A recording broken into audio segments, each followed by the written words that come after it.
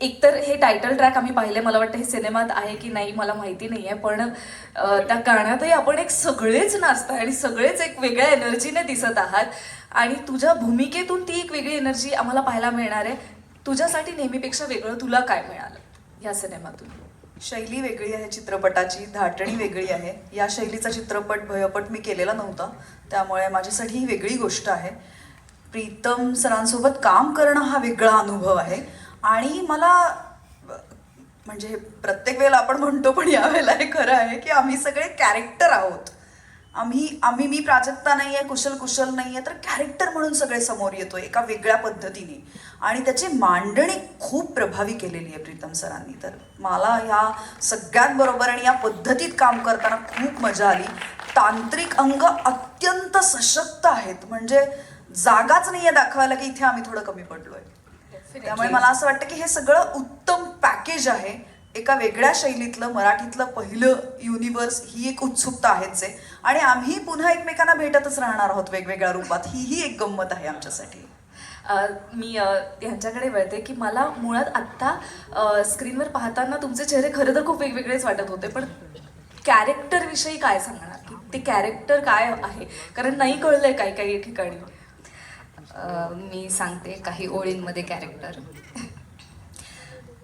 अशी धरतीची माया बाळ टोलत गोचिऱ्या, कालावर आलं असू कस साजिरा साजिरा.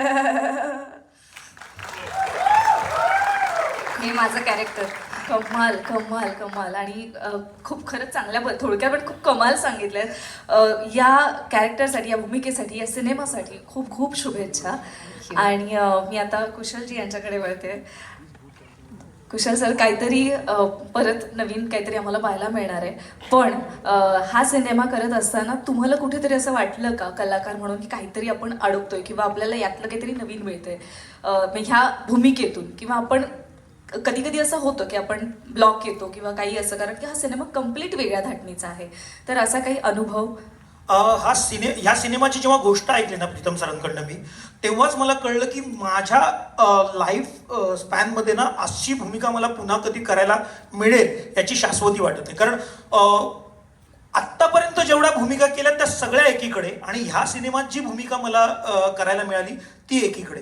ह्या सिनेमात विनोद आहे, या सिनेमात भीतीदायक प्रसंग आहेत, या सिनेमात फाईट आहे, या सिनेमात ते सगळं आहे जे एखाद्या कलाकाराला, एखाद्या ॲक्टरला करावंसं वाटावं असं सगळं आहे.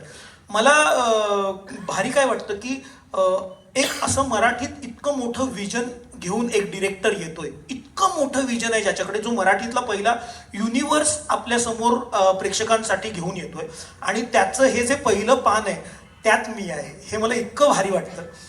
रसिक सर, थँक्यू. तुमच्यासारखा मोठ्या विजनचा निर्माता ह्या प्रोजेक्टला लागला, कारण खूप कठीण आहे ना इतकं मोठं प्रोजेक्ट आणि इतका मोठ्या प्रोजेक्टला सपोर्ट करणारा निर्माता आजच्या काळात आपल्याला मिळणं, त्यामुळे ते मला एक भारी वाटतं. आणि योगेश सर, थँक्यू.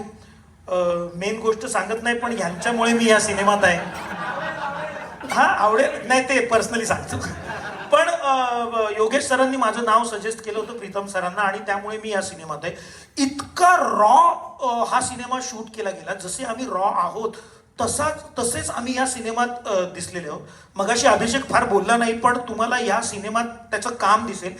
मला असं कधी कधी वाटतं की माणसाचं जेव्हा काम बोलतं तेव्हा त्याने फार बोलू नये. अभिषेक सर, तुमच्यासाठीच हे वाक्य होतं. बाकी सिनेमा बघा यार, लय भारी सिनेमा आहे. आणि मी यानंतर सरांकडे देतो. शशांक सर, आता शशांक सरांनी जो डान्स केलाय त्या सगळ्यावर आपण बोलूच.